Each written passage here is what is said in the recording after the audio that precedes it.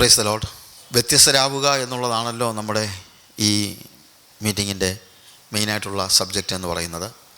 V need to be different. നമ്മൾ മറ്റുള്ളവരിൽ നിന്ന് വ്യത്യസ്തരാണ്. കർത്താവിനാൽ വിളിക്കപ്പെട്ടവർ, കർത്താവ് തന്നെ യോഹന്നാൻ്റെ സുവിശേഷത്തിൽ പറയുന്നത്, ഞാനവരെ ലോകത്തിൽ നിന്ന് വിളിച്ചു, അവരെ വേർതിരിച്ചു, അവരെ ലോകത്തിലേക്ക് മടക്കി അയച്ചു. പക്ഷേ ലോകത്തിലേക്ക് മടക്കി അയച്ചത് വ്യത്യസ്തരായിട്ടാണ്.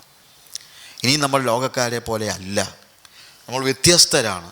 ആ ഡിഫറൻസ് നമ്മൾ മനസ്സിലാക്കണം. അതിന് നമ്മൾ ചരിത്രത്തിലുടനീളമുള്ള ആളുകളുടെ എല്ലാവരുടെയും ഇല്ല, സമയത്തിൻ്റെ പരിമിതി കൊണ്ട്, എങ്കിലും കർത്താവ് വിളിച്ച് വേർതിരിച്ചവരെല്ലാം വ്യത്യസ്തരായിരുന്നു എന്ന് നമുക്ക് ഏകദേശം തിരിച്ചറിയാനായിട്ട് കഴിയുന്നുണ്ട്. അതുകൊണ്ടാണ് നമ്മൾ ഹാബേലിൻ്റെയും ഹാനോക്കിൻ്റെയും നോഹയുടെയും അബ്രഹാമിൻ്റെയും യാക്കോബും ആ രീതിയിൽ ആദ്യം അങ്ങനെ ആയിരുന്നു, ഇസഹാക്കിൻ്റെയും യാക്കോബിൻ്റെയും ഇനി നമ്മൾ ഏറ്റവും ഒടുവിൽ യോസഫിൻ്റെയും ഒക്കെ കാര്യങ്ങൾ പറഞ്ഞത് ഡിഫറൻസ്, ബി ഡിഫറൻറ്റ് എന്നുള്ളതാണ്. അങ്ങനെ വ്യത്യസ്തരാകുവാൻ ദൈവം നമ്മളെ വിളിച്ചിരിക്കുന്നു. ഈ ക്ലാസ്സിൽ, ഈ സെഷനിൽ നമ്മൾ വീണ്ടും ചില ആളുകളെക്കുറിച്ചുകൂടെ ഒന്ന് പറയാനായിട്ട് ഉദ്ദേശിക്കുകയാണ്. അത് കഴിഞ്ഞിട്ട് നമുക്ക് പുതിയ നിയമത്തിലേക്ക് കടക്കണം. അടുത്തതായിട്ട് ഞാൻ പറയാൻ ഉദ്ദേശിക്കുന്നത് മോശയുടെ ചരിത്രമാണ്. മോശ ഡിഫറൻ്റ് ആയിരുന്നു. യോസഫിൻ്റെ കാര്യം പറഞ്ഞപ്പോൾ നമ്മൾ ഓർക്കേണ്ട ഒരു കാര്യമുണ്ട്. യോസഫ് സ്വജാതിക്കാരുടെ ഇടയിലല്ല താമസിച്ചത്. അബ്രഹാം അവൻ്റെ പിതൃഭവനത്തിൽ താമസിച്ചു. അവൻ വന്ന മറ്റൊരു രാജ്യത്ത്, വേറൊരു നാട്ടിലായി, ഇല്ലേ? കനാൻ നാട്ടിലേക്ക് അവൻ വന്നു. കനാൻ നാട്ടുകാരുടെ ഇടയിലാണ് അബ്രഹാം താമസിച്ചത്. ഓക്കെ, കനാൻ നാട്ടിൽ അവരുടെ ഇടയിൽ അബ്രഹാം വ്യത്യസ്തനായിരിക്കണം. കനാൻ നാട്ടിലുള്ളവരോട് മാത്രമല്ല, അവൻ്റെ സ്വന്തം സഹോദരൻ്റെ പുത്രനായ ലോത്തിനോടും അവൻ വ്യത്യസ്തനായിരിക്കണം എന്നുള്ളത് നമ്മൾ കണ്ടു. പിന്നീട് നമ്മൾ കാണുന്നത് ഈ ഇസഹാക്കിൻ്റെ ചരിത്രവും യാക്കോബിൻ്റെ ചരിത്രവും ഒക്കെയാണ്. അവരെല്ലാം ഒന്നുമല്ലെങ്കിൽ സ്വജാതിക്കാരുടെ ഇടയിൽ താമസിച്ചു എന്ന് വേണമെങ്കിൽ പറയാം, സ്വജാതിക്കാരുടെ. എന്നാൽ യാക്കോബിന് ശേഷം യോസഫിൻ്റെ ചരിത്രത്തിലേക്ക് വരുമ്പോൾ യോസഫ് വീണ്ടും സ്വജാതിക്കാരുടെ ഇടയിൽ നിന്ന് മാറേണ്ടി വന്നു. അവൻ താമസിക്കുന്നത് പൂർണ്ണമായും മിസ്രൈമിലാണ്. ഞാൻ പറഞ്ഞല്ലോ, നമ്മൾ ലൗകികരല്ല, പക്ഷെ നമ്മളെ ലോകത്തിലാക്കിയിരിക്കുകയാണ്. അങ്ങനെ ഒരു ഇസ്രായേല്യനായിട്ടും യോസഫിന് എവിടെ താമസിക്കേണ്ടി വന്നു? മിസ്രൈമിൽ താമസിക്കേണ്ടി വന്നു. ആ മിസ്രൈമിലെ വാസത്തിൽ യോസഫ് എങ്ങനെ വ്യത്യസ്തനായിരുന്നു എന്നുള്ളതാണ് നമ്മൾ കണ്ടത്. ഇനി മോശയുടെ ചരിത്രം പറയുമ്പോൾ, മോശ മിസ്രൈമിൽ ജനിച്ചു വളർന്നയാളാണ്. യോസഫ് ജനിച്ചത് മിസ്രൈമിലല്ല, പക്ഷേ മിസ്രൈമിലേക്ക് അവനെ വിറ്റു, അവൻ കൊണ്ടുവന്നു, അതൊക്കെയാണ്. ഇതങ്ങനല്ല. മോശയുടെ പ്രത്യേകത, മോശ ജനിച്ചത് തന്നെ എവിടെയാണ്? മിസ്രൈമിലാണ്. മോശയുടെ ജനനത്തെക്കുറിച്ച് പുറപ്പാട് പുസ്തകം 2-ാം അധ്യായത്തിൽ നമ്മൾ വായിക്കുമ്പോൾ അവിടെ നമ്മൾ കാണുന്നത് 1-ാമത്തെ വാക്യത്തിൽ, ലേവ്യ കുടുംബത്തിലെ ഒരു പുരുഷൻ പോയി ഒരു ലേവ്യ കന്യകയെ പരിഗ്രഹിച്ചു. അവൾ ഗർഭം ധരിച്ചൊരു മകനെ പ്രസവിച്ചു. അവൻ സൗന്ദര്യമുള്ളവൻ എന്ന് കണ്ടിട്ട് അവനെ 3 മാസം ഒളിച്ചു വെച്ചു. ഇതിൽ പ്രത്യേകമായ പശ്ചാത്തലമാണ്. 1-ാം അധ്യായത്തിൽ അത് കുറേയേറെ നമ്മൾ കാണുന്നുണ്ട്. കാരണം ഇസ്രായേൽ മക്കൾ മിസ്രൈമിൽ വന്നു കഴിഞ്ഞ് അവരങ്ങ് വളരെ ഡെവലപ്പായി. യോസഫിന് ശേഷം വളരെ ഡെവലപ്പായി, അവർ കുറേ കൂടെ ശക്തരായി. അപ്പോൾ ഫറവോന് പേടിയായി. ആ ചരിത്രമൊക്കെ നമുക്കറിയാം. ഫറവോന് പേടിയായി കഴിഞ്ഞപ്പോൾ അവരെ ഒതുക്കാനൊരു മാർഗം, അവിടെ ജനിക്കുന്ന കുഞ്ഞുങ്ങളെയൊക്കെ, ആൺകുഞ്ഞുങ്ങളെയൊക്കെ കൊന്നുകളയുക എന്നുള്ള ഒരു ചിന്തയിലേക്ക് വന്നു. നമുക്കറിയാവുന്നതുപോലെ എബ്രായ സൂതികർമ്മിണികളെ ഫറവോൻ ആക്കി. ഹിസ്റ്ററി നമുക്കറിയാം.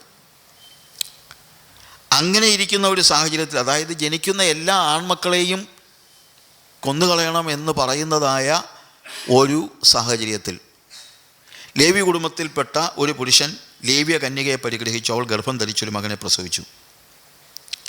നോക്കിയപ്പോൾ അവൻ സൗന്ദര്യമുള്ളവനെന്ന് അവൻ്റെ അമ്മയപ്പന്മാർ കണ്ടു. അവനെ 3 മാസം ഒളിപ്പിച്ചു വെച്ചു എന്നാണ് അവിടെ എഴുതിയിരിക്കുന്നത്. സൗന്ദര്യമുള്ളവൻ എന്ന് കണ്ടു. അപ്പോൾ ഇതിനകത്തെ ഒരു വലിയ തമാശ എന്നാന്ന് ചോദിച്ചു കഴിഞ്ഞാൽ, ഏത് കുഞ്ഞാണ് സൗന്ദര്യമില്ലാത്തത്? കാക്കയ്ക്കും തൻകുഞ്ഞ് പൊൻകുഞ്ഞെന്ന് പറയുന്നത് പോലെ സ്വന്തം കുഞ്ഞ് സൗന്ദര്യം ഇല്ലാത്തതാണെന്ന് ആരെങ്കിലും പറയുമോ? ഇല്ല. അപ്പോൾ പിന്നെ മോശയുടെ പ്രത്യേകത എന്താണ്? മോശ സൗന്ദര്യമുള്ളവനെന്ന് കണ്ടു എന്ന് പറയാനായിട്ടുള്ള കാരണം എന്താണ്? ആ മോശയുടെ സൗന്ദര്യത്തെക്കുറിച്ച് നമ്മൾ സ്തെഫാനോസിൻ്റെ പ്രസംഗത്തിൽ ചില കാര്യങ്ങൾ കാണുന്നുണ്ട്. സ്തെഫാനോസിൻ്റെ പ്രസംഗം നമ്മൾ കാണുന്നത് അപ്പോസ്തല പ്രവൃത്തി 7-ാം അധ്യായത്തിലാണ്. അതിൻ്റെ 20-ാമത്തെ വാക്യത്തിൽ സ്തെഫാനോസ് മോശയെക്കുറിച്ച് പറയുന്ന വേദഭാഗം, ആ കാലത്ത് മോശ ജനിച്ചു, ദിവ്യ സുന്ദരൻ ആയിരുന്നു. ദിവ്യസുന്ദരൻ, അതാണ് പ്രത്യേകത. ഹീ ഈസ് എക്സീങ്ലി ഫ്രെയർ എന്ന് ഇംഗ്ലീഷിൽ എഴുതിയിട്ടുണ്ട്. അതല്ല അതിൻ്റെ കറക്റ്റായിട്ടുള്ള കാര്യം. He was beautiful in the ice of God. ദൈവത്തിൻ്റെ സൗന്ദര്യം അവനിലുണ്ടായിരുന്നു, അഥവാ ദൈവം അവനെ സൗന്ദര്യമുള്ളവനെന്ന് കണ്ടു എന്നർത്ഥത്തിലാണ്.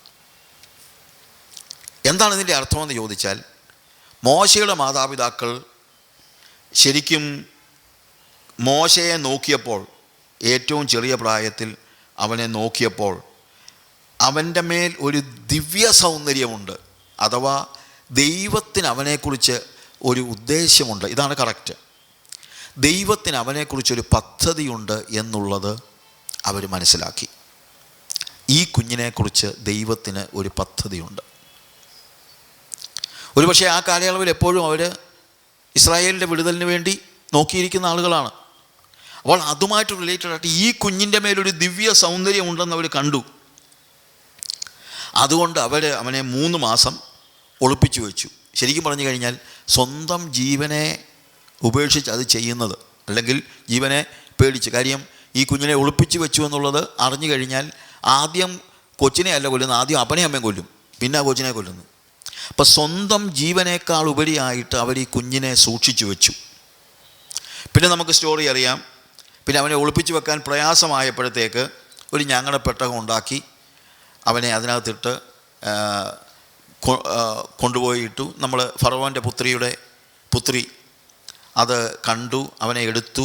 അതിനുശേഷം മോശയുടെ പെങ്ങൾ വന്നിട്ട് പറഞ്ഞു, ഞാൻ ഇതിന് പാൽ കൊടുക്കാനായിട്ട് ഒരു എബ്രായ സ്ത്രീയെ അന്വേഷിക്കണമോ, നീ പോയി കൊണ്ടുവരാൻ പറഞ്ഞു. അങ്ങനെ കൊണ്ടുവന്നു. അങ്ങനെ ഈ ഫറവോൻ്റെ പുത്രി കുഞ്ഞിനെ മോശയുടെ അമ്മയ്ക്ക് തന്നെ, അവർക്കറിയത്തില്ല ഇത് മോശയുടെ അമ്മയാണെന്ന്, കൊണ്ടുവന്നു. അങ്ങനെ മോശയെ മുല കൊടുത്ത് വളർത്തി, ശമ്പളവും കിട്ടും. സ്വന്തം കുഞ്ഞിനെ മുല കൂട്ടാൻ ശമ്പളം വാങ്ങിച്ച വേറെ ആരെയും എനിക്കറിയത്തില്ല. ദൈവത്തിൻ്റെ ഓരോ പദ്ധതി ഞാൻ പറഞ്ഞതാണ്. അങ്ങനെ വളർന്നതാണ് അവൻ. ദിവ്യ സൗന്ദര്യം എന്ന് അവനെ കണ്ടു. അവൻ്റെ മേലുള്ള ദൈവ വിളി എന്താണെന്നുള്ളത് കണ്ടു. ഞാനൊരു കാര്യം പറയാം, നമ്മുടെ എല്ലാ കുഞ്ഞുങ്ങളുടെ മേലും ഒരു ദൈവവിളിയുണ്ട്. നമ്മുടെ കുഞ്ഞുങ്ങളെല്ലാം ദിവ്യ സൗന്ദര്യമുള്ളവരാണ്. ദിവ്യ സൗന്ദര്യം എന്ന് പറഞ്ഞു കഴിഞ്ഞാൽ തൊലിയുടെ മിനുക്കമൊന്നും അല്ല ഞാൻ പറയുന്നത്. ദൈവത്തിൻ്റെ ഒരു വിളി നമ്മുടെ കുഞ്ഞുങ്ങളുടെ മേലുണ്ട്. അതെന്താണെന്നുള്ളത് നമ്മൾ അറിയണം. കുഞ്ഞുങ്ങളെ അതിനുവേണ്ടി വളർത്തണം. എൻ്റെ കുഞ്ഞ് വളരണമെന്ന് തന്നെയല്ല, ദൈവം അവനെക്കുറിച്ച് എന്തുദ്ദേശിക്കുന്നു ആ നിലയിൽ അവൻ വളരണം എന്നുള്ള ആ തിരിച്ചറിവ് മാതാപിതാക്കൾക്കുണ്ടാകണം. നമുക്കൊക്കെ കുഞ്ഞുങ്ങൾ ഉള്ളവർ ധാരാളം ഉണ്ടല്ലോ. ഓരോ കുഞ്ഞിനെക്കുറിച്ചും കുഞ്ഞ് ജനിക്കുമ്പോൾ നമ്മൾ പ്രാർത്ഥിച്ച് മനസ്സിലാക്കണം ഈ കുഞ്ഞിനെക്കുറിച്ചുള്ള ദൈവോദ്ദേശം എന്താണ്. നമ്മുടെ എല്ലാ കുഞ്ഞുങ്ങളെക്കുറിച്ചും ദൈവത്തിനൊരു ഉദ്ദേശമുണ്ട്. അതിനുവേണ്ടി വേണം നമ്മൾ ആ കുഞ്ഞിനെ വളർത്താൻ. മോശയ്ക്ക് ഒരു പ്രത്യേകമായ സാഹചര്യമായിരുന്നു, എന്നാലും സ്വന്തം അമ്മയ്ക്ക് ആ കുഞ്ഞിനെ വളർത്താനുള്ള സാഹചര്യം ഉണ്ടായി. പേടിക്കാതെ വളർത്താൻ, പേടിക്കേണ്ട കാര്യമില്ല. കാര്യം ഫറവോൻ്റെ പുത്രിയുടെ മകനാണ്. മകനായി അഡോപ്റ്റ് ചെയ്യപ്പെട്ട പൈതലാണ്. അപ്പം അതുകൊണ്ട് ഫറവോൻ്റെ പുത്രിക്ക് തുല്യമായി ഫറവോൻ്റെ പുത്രിയുടെ മകനായിട്ട് വളരുകയാണ്.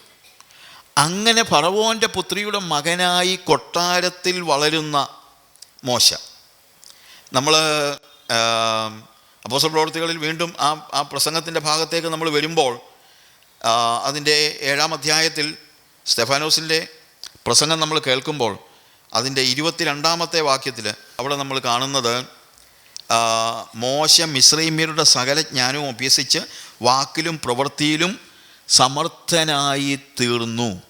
അതായത് മുലകുടി മാറിയപ്പോൾ പിന്നെ വളർന്നത് അമ്മയുടെ കൂടെ അല്ല, പിന്നെ വളർന്നത് എവിടെയാ? ഫറവോൻ്റെ കൊട്ടാരത്തിൽ. മുലകുടി മാറുന്നത് വരെ മാത്രമേ എന്ത് ചെയ്തുള്ളൂ? അമ്മയുടെ കൂടെ വളർന്നുള്ളൂ. അത് കഴിഞ്ഞ് അവൻ ജീവിക്കുന്നത് ഫറവോൻ്റെ കൊട്ടാരത്തിലാണ്. അവിടെ എഴുതിയിരിക്കുന്നത്, മോശ മിസ്രൈമ്യരുടെ സകല ജ്ഞാനവും അഭ്യസിച്ചു, വാക്കിലും പ്രവൃത്തിയിലും സമർത്ഥനായി തീർന്നു എന്നുള്ളതാണ്. സമർത്ഥനായി തീർന്നു. എന്നാൽ ഒരു കാര്യം മനസ്സിലാക്കണം, ഈ മുലകുടിക്കുന്ന പ്രായത്തിൽ തന്നെ അവൻ്റെ അമ്മ അവൻ ആരാണെന്നുള്ളത് ഈ കൊച്ചിന് വെളിപ്പെടുത്തി കൊടുത്തിരുന്നു. അവൻ്റെ ഐഡൻറ്റിറ്റി വെളിപ്പെടുത്തി കൊടുത്തു. കുഞ്ഞിനോട് പറഞ്ഞു, മോനെ, നീ ഫറവോൻ്റെ പുത്രിയുടെ മകൻ എന്നാണ് ജനം അറിയുന്നത്. എന്നാൽ ഒരു കാര്യം മനസ്സിലാക്കണം, നീ ഒരു മിസ്രൈമ്യനല്ല, നീ ഒരു എബ്രായനാണ്. നിൻ്റെ ഐഡൻറ്റിറ്റി അതാണ്. നീ ആരാണ്? നീ എബ്രായനാണ്, നീ മിസ്രൈമ്യനല്ല. ഇതുപോലെ നമ്മുടെ കുഞ്ഞുങ്ങൾ മുലകുടി മാറുന്ന പ്രായത്തിന് മുമ്പേ തന്നെ മനസ്സിലാക്കണം, അവർ ലൗകികരല്ല. അവർ ലോകത്തിലാണ് ജീവിക്കുന്നത്. എല്ലാ കാര്യങ്ങളും ശരിയാണ്. പക്ഷേ മുലകുടി മാറുന്നതിന് മുമ്പേ തന്നെ നമ്മുടെ കുഞ്ഞുങ്ങളെ നമ്മൾ അവരുടെ ഐഡൻറ്റിറ്റി പറഞ്ഞ് മനസ്സിലാക്കണം. അവർ ദൈവ മക്കളാണെന്നുള്ളത് മനസ്സിലാക്കണം. യേശുവുമായുള്ള ബന്ധം, ലോകം നിന്നെ എങ്ങനെ കാണുന്നതെന്നല്ല. You are a child of God. നീ യേശുവിൻ്റെ പൈതലാണ്. അത് നമ്മുടെ വീട്ടിൽ പറഞ്ഞ് പഠിപ്പിക്കണം. മുലകുടി മാറുന്നു. ഇപ്പം മുലകുടി നേരത്തെ മാറുമായിരിക്കും. മറ്റേന്ന് പറഞ്ഞാൽ 4-5 വയസ്സ് വരെയൊക്കെ മുലകുടിക്കുമെന്ന് വെച്ചു. എന്താണെങ്കിലും 4-5 വയസ്സിന് മുമ്പ് കുഞ്ഞുങ്ങൾക്ക് നമ്മൾ അവരുടെ ഐഡൻറ്റിറ്റി ബോധ്യപ്പെടുത്തി കൊടുക്കണം. ആദ്യം തൊട്ടേ പറയണം.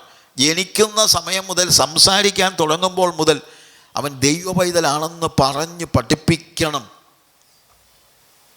ആ ഒരു ബോധ്യം നമ്മുടെ കുഞ്ഞുങ്ങൾക്കുണ്ടാകണം. അവർക്ക് തന്നെ അറിയണം, അവർ തന്നെ അറിയണം, ഞാൻ യേശുവിൻ്റെ കുഞ്ഞാ, ഞാൻ യേശുവിൻ്റെ കുഞ്ഞാ. അത് പറഞ്ഞ് പഠിപ്പിക്കുക.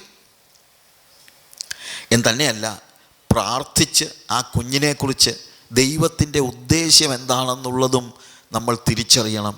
അതും അവനെ പഠിപ്പിക്കണം. മോശയുടെ മാതാവ്, മോശയുടെ പിതാവ്, അല്ലെങ്കിൽ മോശയുടെ മാതാവെന്ന് കൂട്ടിക്കും.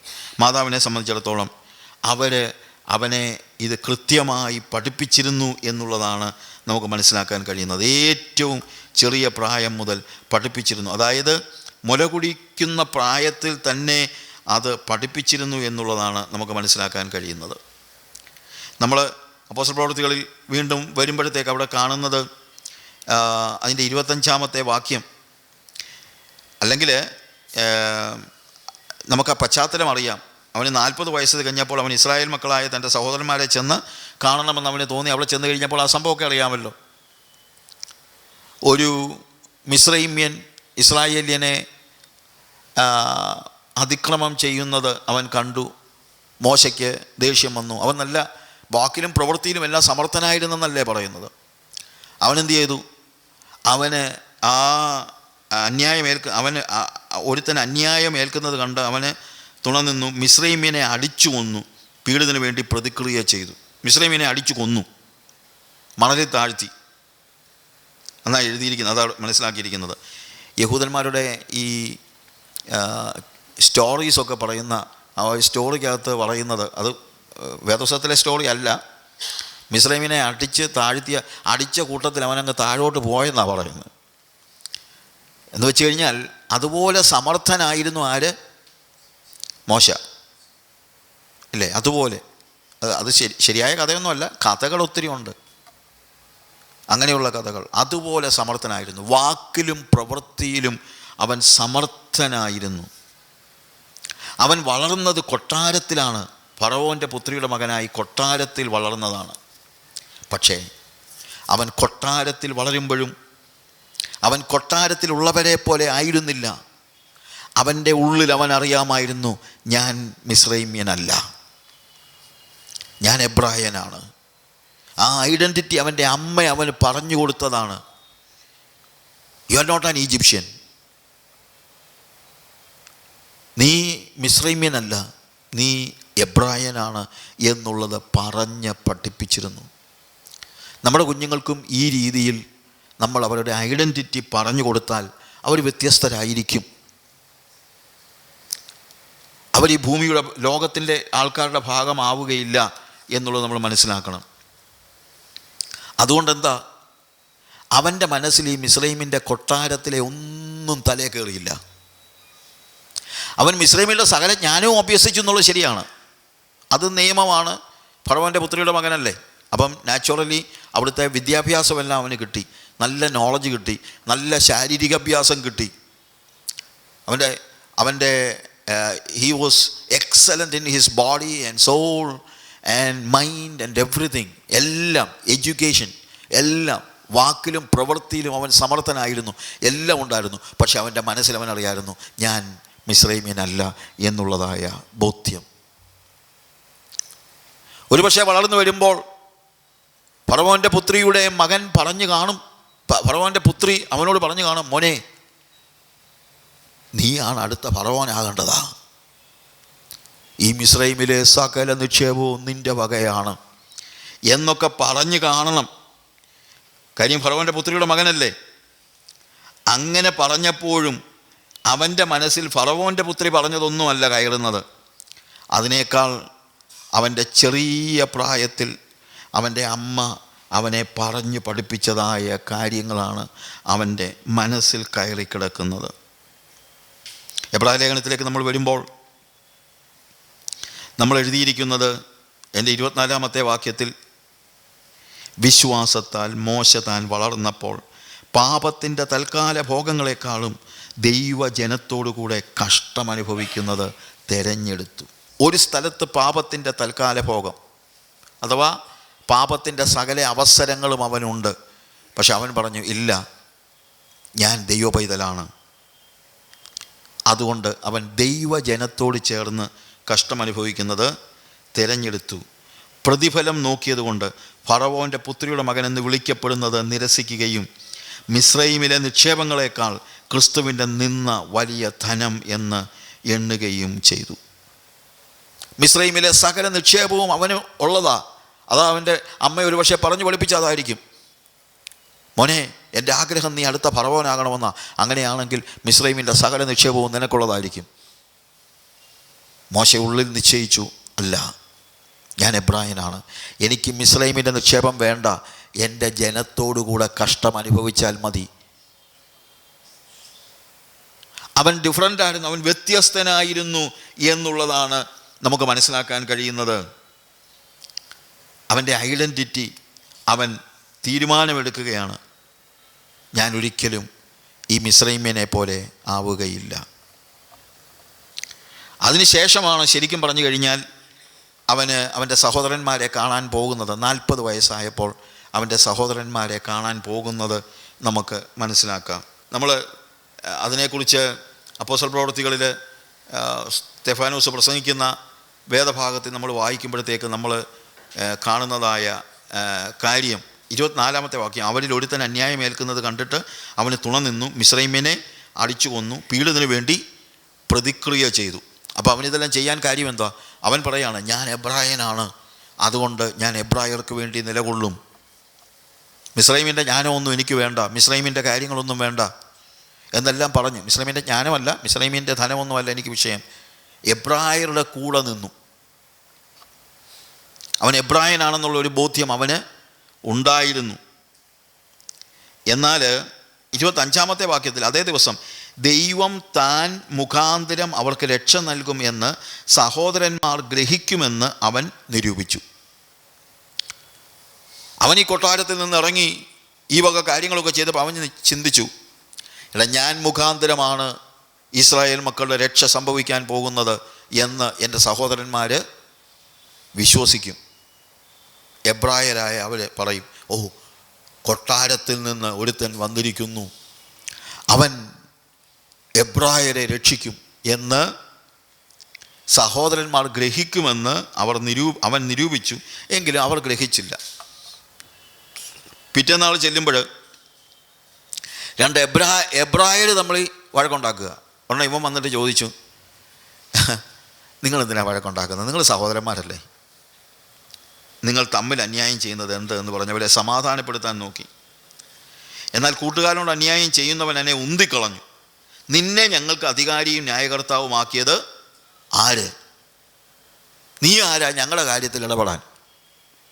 എന്താ അതിൻ്റെ അർത്ഥമെന്നറിയാമോ? അവർ പറയുന്നത്, എടാ നീ ആരാ? നീ മിസ്രൈമ്യൻ. നിന്നോട് ആരാ ഇവിടെ വരാൻ പറഞ്ഞത്? നീ മിസ്രൈമ്യനാണ്. ഞങ്ങൾ എബ്രായരുടെ കാര്യം നിന്നെ ആരാ ഞങ്ങൾക്ക് ന്യായാധിപതിയാക്കിയത്? നീ എബ്രായനല്ല, നീ മിസ്രൈമ്യനാണ്. അവൻ്റെ ചങ്ക് തകർന്നു പോയി. കാരണം ഇത്രയും കഷ്ടപ്പെട്ട് കാര്യങ്ങളെല്ലാം ചെയ്തു കഴിഞ്ഞിട്ടും വന്നോ പറയാ, നീ എബ്രായനല്ല, നീ മിസ്രൈമ്യനാണെന്ന്. അവിടെ നിന്ന് മോശ ഓടിപ്പോകുന്ന ചരിത്രമൊക്കെ നമുക്കറിയാം. നമ്മൾ പുറപ്പാട് പുസ്തകത്തിൽ വായിക്കുമ്പോൾ തന്നെ നമുക്ക് കാണാൻ പറ്റുന്നൊരു കാര്യമുണ്ട്. അവൻ അവിടെ ചെന്ന് കഴിഞ്ഞിട്ട് എന്താ സംഭവിക്കുന്നത്?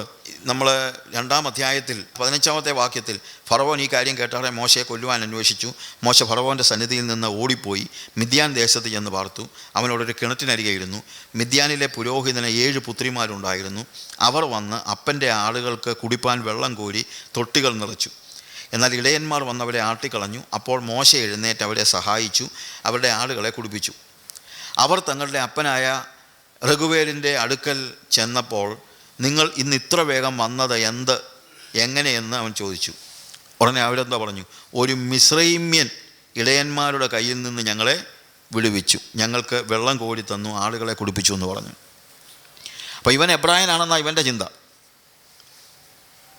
പക്ഷെ അവിടെ ചെന്ന് എബ്രായരായ ആളുകളെ, മിദ്യാനിലെ പുരോഹിതൻ്റെ മക്കളെ സഹായിച്ചു കഴിഞ്ഞപ്പോഴത്തേക്ക് അവർ പറയുന്നത്, ഒരു എബ്രായൻ വന്ന് ഞങ്ങളെ വിടുവിച്ചെന്നല്ല, ഒരു മിസ്രൈമ്യൻ വന്ന് ഞങ്ങളെ രക്ഷിച്ചു. അപ്പം മോശയ്ക്ക് മനസ്സിലായി, ഇപ്പോഴും ജനങ്ങളെല്ലാം ചിന്തിച്ചിരിക്കുന്നതും മനസ്സിലാക്കിയിരിക്കുന്നതും ഞാൻ മിസ്രൈമ്യനാണെന്നാണ്. ഞാനൊരു എബ്രായനാണെന്ന് ഇതുവരെയും ഇവർക്ക് മനസ്സിലായിട്ടില്ല.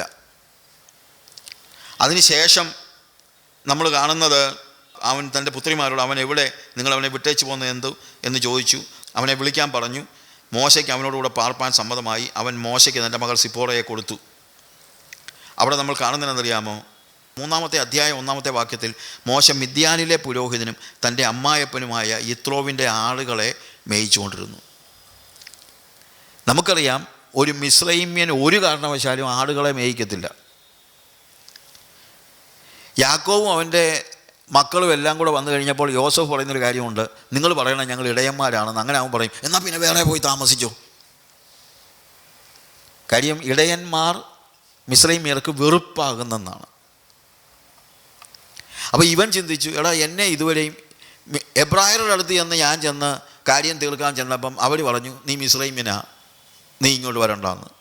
ഇപ്പോൾ ഇവിടെ വന്ന് മിദ്യാനിൽ ഈ പെങ്കൊച്ചുങ്ങളും പറയുന്നത് എന്താ, മിസ്രൈമ്യൻ വന്ന് ഞങ്ങളെ രക്ഷിച്ചെന്ന്. എങ്ങനെ ഒരു എബ്രായനാകുന്നത്? അപ്പോൾ അവൻ ചിന്തിച്ചു, അതിനുള്ള ഏക മാർഗം ഒരു ഇടയനാവുക എന്നുള്ളതാണ്. അങ്ങനെ ആകുമ്പോൾ പിന്നെ മിസ്രൈമ്യനാണെന്ന് പറയത്തില്ലട്ടോ, ഇടയനാണെന്ന് പറയാം. അങ്ങനെ ഇടയനാകാനായിട്ട് അവൻ തീരുമാനമെടുക്കുന്നതാണ് നമ്മൾ 3-ാമത്തെ അധ്യായം, അല്ലെങ്കിൽ പുറപ്പാട് പുസ്തകം 3-ാം അധ്യായം 1-ാം വാക്യത്തിൽ നമ്മൾ കാണുന്നത്. അങ്ങനെ അവൻ ആയിരിക്കുന്ന സമയത്ത് ദൈവം അവനെ കാണുകയും അവന് പ്രത്യക്ഷനാവുകയും ചെയ്യുന്നതാണ് ആ അധ്യായത്തിലൊക്കെ നമ്മൾ കാണുന്നത്. ആ സംഭവങ്ങളൊക്കെ അറിയാവുന്നതുകൊണ്ട് ഞാൻ അതിലേക്ക് പോകുന്നില്ല. യഹോവ അവനോട് പറഞ്ഞു, ഞാൻ നിന്നെ ഈ ജനങ്ങളുടെ മധ്യത്തിലേക്ക് അയക്കുകയാണ്. 7-ാമത്തെ വാക്യത്തിൽ യഹോവ അരുളി ചെയ്തത്, മിസ്രൈമിലുള്ള എൻ്റെ ജനത്തിൻ്റെ കഷ്ടത ഞാൻ കണ്ടു, ഊഴിയവേലക്കാർ നിമിത്തമുള്ള അവരുടെ നിലവിളിയും കേട്ടു. ഞാൻ അവരുടെ സങ്കടങ്ങൾ അറിയുന്നു. അവരെ മിസ്രൈമ്യരുടെ കയ്യിൽ നിന്ന് വിടുവിപ്പാനും ആ ദേശത്ത് നിന്ന് നല്ലതും വിശാലവുമായ ദേശത്തേക്ക്, പാലും തേനും ഒഴുകുന്ന ദേശത്തേക്ക്, കനാന്യർ, ഹിത്യർ, അമോര്യർ, പെരിസ്യർ, ഹിവ്യർ, യെബൂസിയർ എന്നിവരുടെ സ്ഥലത്തേക്ക് അവരെ കൊണ്ടുപോകുവാനും ഞാൻ ഇറങ്ങി വന്നിരിക്കുന്നു. എന്നിട്ട് 10-ാമത്തെ വാക്യത്തിൽ, ആകയാൽ വരിക, നീ എൻ്റെ ജനമായ ഇസ്രായേൽ മക്കളെ മിസ്രൈമിൽ നിന്ന് പുറപ്പെടുവിക്കേണ്ടതിന് ഞാൻ നിന്നെ ഫറവോൻ്റെ അടുക്കൽ അയക്കും. ദൈവം അവനോട് പറയുകയാണ്, ഞാൻ നിന്നെ തിരഞ്ഞെടുത്തിരിക്കുകയാണ് ഫറവോൻ്റെ അടുത്തേക്ക് അയക്കാനായിട്ട്. ഉടനെ മോശ ദൈവത്തോട് പറയുന്നത് 11-ാമത്തെ വാക്യത്തിൽ, മോശ ദൈവത്തോട്, ഫറവോൻ്റെ അടുക്കൽ പോകുവാനും ഇസ്രായേൽ മക്കളെ മിസ്രൈമിൽ നിന്ന് പുറപ്പെടുവിക്കാനും ഞാൻ എന്തുള്ളൂ എന്ന് പറഞ്ഞു. നേരത്തെ അവൻ ചിന്തിച്ചത്, ഇവൻ ചോദിക്കുന്നത്, ഞാൻ ആരാ, മിസ്രൈമിൽ നിന്ന് ഇസ്രായേൽ മക്കളെ വിടുവിക്കാനും തക്കവണ്ണമൊക്കെ ഞാൻ ആരാ? 40 കൊല്ലം മുമ്പ് ഇവൻ തൻ്റെ സഹോദരന്മാരായ എബ്രായരെ രക്ഷിക്കാനായിട്ട് പോയപ്പോൾ അവൻ ചിന്തിച്ചത്, ഞാൻ അല്ലാതെ ആരാ ഇവരെ രക്ഷിക്കുന്നത്? മറ്റേയൊക്കെ ഇടയന്മാരല്ലേ? അവനൊരു ഇത് ഇടയന്മാരെന്ന് പറയുമ്പോൾ ഒരു പുച്ഛവും കാണുമെന്ന് വെച്ചു. മറ്റേയൊക്കെ ഇടയന്മാരല്ലേ, അവരെ കൊണ്ടുവല്ലോ ഇവരെ രക്ഷിക്കാൻ പറ്റുമോ? ഞാനാണെങ്കിൽ മിസ്രൈമിലെ സകല ജ്ഞാനവും അഭ്യസിച്ച ആളല്ലേ. തന്നെയല്ല, ഫറവോൻ്റെ കൊട്ടാരത്തിലൊക്കെ നിൽക്കാൻ ഞാനല്ലാതെ പിന്നെ ആരാ? 2 വർത്തമാനം പറയണമെങ്കിൽ എനിക്കെല്ലാം അറിയത്തുള്ളൂ എന്നൊക്കെയാണ് 40 വർഷം മുമ്പ് അവൻ ചിന്തിച്ചിരുന്നത്. എന്നാൽ 40 വർഷം ആടിനെ തീറ്റി നടന്നു കഴിഞ്ഞപ്പോൾ അവനൊരു കാര്യം മനസ്സിലായി, ഞാൻ ആരുമല്ല. കർത്താവ് പറഞ്ഞത്, ഞാനിത് കേൾക്കാൻ നോക്കിയിരിക്കുകയായിരുന്നു, നീ ഇത് നേരത്തെ പറഞ്ഞായിരുന്നെങ്കിൽ നിന്നെ ഞാൻ നേരത്തെ അയച്ചേനെ. പലപ്പോഴും നമുക്കുള്ള പ്രത്യേകത, നമ്മൾ ഏതാണ്ടൊക്കെ ചെയ്തു കളയുമെന്നുള്ള ഒരു ചിന്തയാണ്. കർത്താവ് പറഞ്ഞു, സാരമില്ല, 12-ാമത്തെ വാക്യത്തിൽ, ഞാൻ നിന്നോട് കൂടെ ഇരിക്കും, നീ ജനത്തെ മിസ്രൈമിൽ നിന്ന് കൂട്ടിക്കൊണ്ടുവരുമ്പോൾ നിങ്ങൾ ഈ പർവ്വതത്തിൽ ദൈവത്തെ ആരാധിക്കുമെന്നുള്ളതിന് ഞാൻ നിന്നെ അയച്ചതിന് അടയാളമാകും എന്ന് അരുളി ചെയ്തു. ഞാൻ നിന്നോട് കൂടെ ഇരിക്കും. മോശ പറഞ്ഞു, എനിക്കതിനുള്ള കഴിവില്ല. കർത്താവ് പറഞ്ഞില്ല, അങ്ങനെയൊന്നുമല്ല, നീ ഒന്ന് ആലോചിച്ച് നോക്കിയേ. ഒരിക്കലൊരു മിസ്രൈമിനെ നീ ഒറ്റ അടിക്ക് മണലിൽ താഴ്ത്തിയതല്ലേ? നീ ഒന്ന് ആലോചിക്കണം. ഇപ്പോഴും അതിനുള്ള കയ്യോ ഊക്കമൊക്കെ നിനക്കുണ്ട്, വയസ്സ് ഇത്രയും ആയെന്നുള്ളതേ ഉള്ളൂ, എന്നാലും നിനക്ക് ശക്തി ഉണ്ടെന്നൊന്നുമല്ല പറഞ്ഞത്. കർത്താവ് പറഞ്ഞു, എടാ, ഇതാ ഞാൻ ശ്രദ്ധിക്കുന്നത്, ഇതായിരുന്നു എനിക്ക് കേൾക്കേണ്ടത്. നിനക്കൊരു ചിന്ത ഉണ്ടായിരുന്നു, നീ ഏതാണ്ടൊക്കെ ചെയ്ത് കളയുമെന്ന്. ഇല്ലടാ മക്കളെ, കർത്താവ് പറഞ്ഞില്ല നിനക്ക് ഇപ്പോഴും പഴയ ശക്തി ഉണ്ടെന്ന്. ചില ആളുകളുടെ ചിന്ത എന്നാണെന്നറിയാമോ? അവരുടെ ശക്തി കൊണ്ട് അവർ ഏതാണ്ടൊക്കെ നേടിക്കളയുമെന്നുള്ള ചിന്തയുള്ളവരുണ്ട്. അത് ഇനി സുവിശേഷ പ്രസംഗകരാണെങ്കിലും എൻ്റെ ജ്ഞാനം കൊണ്ടും എൻ്റെ പരിജ്ഞാനം കൊണ്ടുമൊക്കെ ഞാൻ ഏതാണ്ടൊക്കെ നേടിക്കളയുമെന്ന് ചിന്തിക്കുന്നവരുണ്ട്. പ്രസംഗകർക്കും അധ്യാപകർക്കും ഒക്കെ ചിലപ്പോൾ അങ്ങനെയൊക്കെ കയറി വരാനുണ്ട്. ഞാൻ ഈ ഹീബ്രുവും ഗ്രീക്കും ഒക്കെ അറിയാവുന്നത് കൊണ്ടേ എന്നൊക്കെ ചിലപ്പോൾ പറയുമായിരിക്കും. പ്രിയമുള്ളവരെ, അതൊന്നും അല്ല വിഷയം. ആവശ്യമുള്ളത് ദൈവത്തിൻ്റെ സാന്നിധ്യമാണ്. കർത്താവ് പറഞ്ഞു, നിനക്ക് കഴിയില്ല, പക്ഷേ ഞാൻ നിന്നോട് കൂടെ ഇരിക്കും. ദൈവം നമ്മോട് കൂടെ ഇരിക്കുക എന്നുള്ളതാണ് പ്രധാനം. നമ്മുടെ ജ്ഞാനവും ബുദ്ധിയും ഒന്നും ഇവിടെ ആവശ്യമില്ല. പൗലോസ് ഭയങ്കര ബുദ്ധിമാനായിരുന്നു. പക്ഷേ പൗലോസ് ഒടുവിൽ പറയുന്നതെന്നറിയാമോ? ഞാൻ നിങ്ങളുടെ അടുക്കൽ ഇരുന്നാറെ ഞാൻ എൻ്റെ ജ്ഞാനം ഉപയോഗിച്ചിട്ടില്ലെന്നാ. നമ്മുടെ ജ്ഞാനം കൊണ്ടല്ല നമ്മൾ ആത്മാക്കളെ നേടുന്നത്. കർത്താവിൻ്റെ കരം നമ്മുടെ കൂടെ ഇരുന്നാലേ പറ്റുകയുള്ളൂ. ദൈവത്തിൻ്റെ പ്രവൃത്തി ചെയ്തെടുക്കാൻ മാനുഷികമായ ബുദ്ധിയും ജ്ഞാനവും ഒന്നും അല്ല അത്യാവശ്യമായിരിക്കുന്നത്, ഒന്നുമല്ല. അതിനൊക്കെ അപ്പുറത്ത് ദൈവത്തിൻ്റെ കരമാണ്. ദൈവത്തിൻ്റെ കരം. നമുക്ക് ചിലപ്പോൾ ജ്ഞാനവും മറ്റുള്ള കാര്യങ്ങളും ഉണ്ടായിരിക്കും, ചിലപ്പോൾ നമുക്ക് അത്ര ജ്ഞാനമില്ലെന്നുള്ള ഒരു ചിന്തയും ഉണ്ടാകും. ഒരു എഡ്യൂക്കേഷൻ സിറ്റിയിൽ ഒരു പാസ്റ്റർ അവിടെ പാസ്റ്ററായിട്ട് ചെന്നു. അവിടെ വരുന്നതെല്ലാം അവിടുത്തെ കോളേജിലെ പ്രൊഫസേഴ്സും അതുപോലുള്ള ആളുകളാണ്, എല്ലാം PhD-കാരാണ് വരുന്നതെല്ലാം.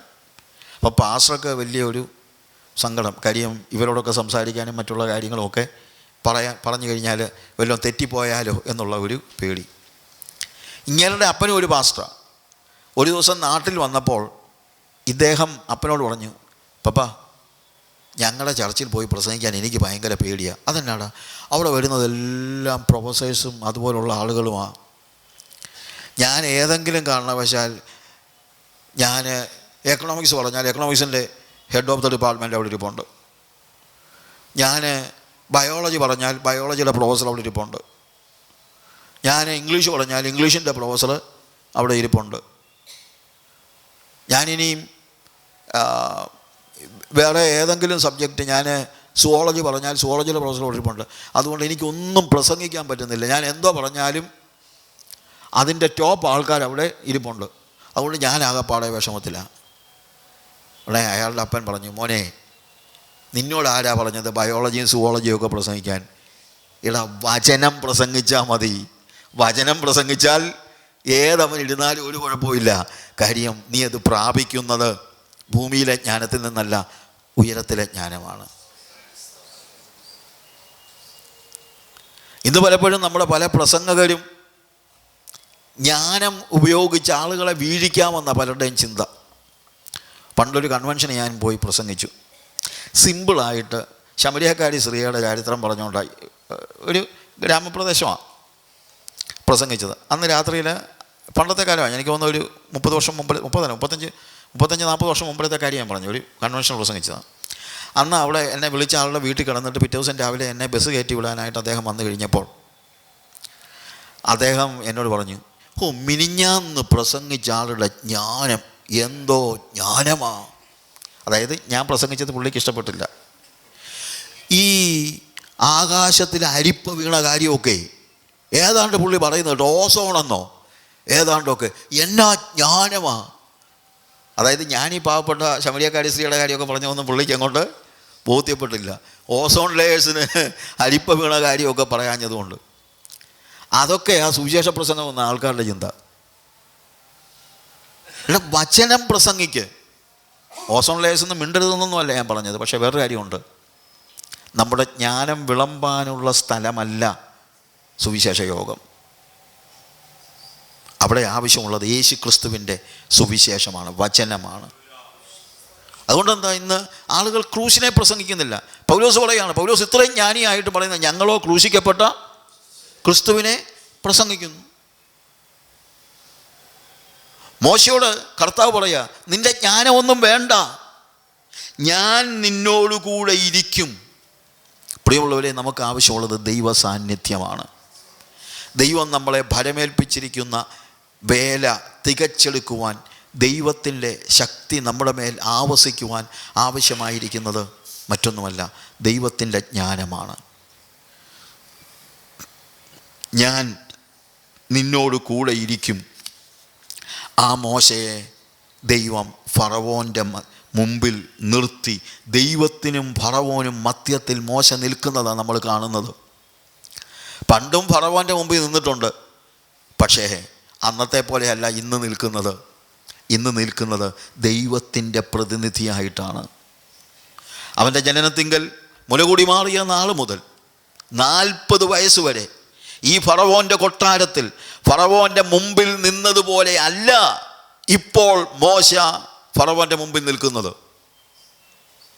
ഇന്നവൻ വ്യത്യസ്തനാണ്. അവൻ്റെ ജീവിതത്തിൻ്റെ ആദ്യത്തെ 40 വർഷങ്ങളിലെ പോലെ അല്ല ഇപ്പോൾ. He is different.